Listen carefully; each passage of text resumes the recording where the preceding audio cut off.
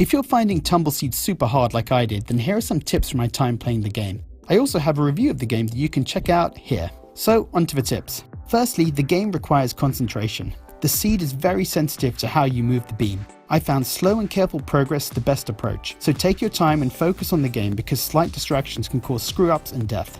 You need hearts to survive, so using crystals to gain hearts is advised, especially in the first area. Try and finish the first area with at least 4 hearts so you've got a decent chance in the rest of the game.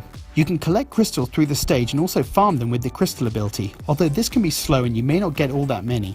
Killing creatures will yield more crystals, so invest some crystals in thorns or other offensive abilities and take out some enemies to gain more crystals. It's a riskier strategy because you need to get close to the enemies to take them out, but crystals are essential. Try and take on enemies when you feel it's safe to do it.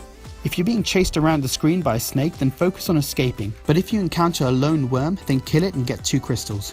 When you fall in a hole, you travel back to the beginning of the level or to your last checkpoint. If the seed is to travel far, then you lose additional hearts. I had a go where I got close to the end of the stage with 4 hearts. I fell in a hole and then I lost all my hearts when I traveled back to the start of the level and died. Planting a couple of checkpoints can avoid this. Try and spread them out. A good place to put one is near the gateway to the ability area that's in each stage. This is around the halfway point in the level. Of course, planting a checkpoint does use one of your crystals, so it will be a judgment call as to whether you think you can get away without needing it.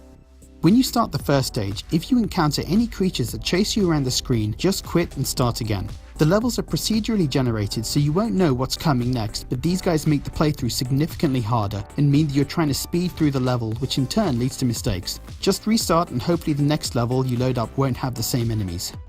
In terms of new abilities, you will be able to experiment with them to find the ones you like. I personally like the poison ability. You can use it to take out several enemies and get a decent number of crystals in the process. When you finish the first stage, you have the option to invest 8 seeds, and the next playthrough that you reach the end of the stage, you'll get 12 seeds back.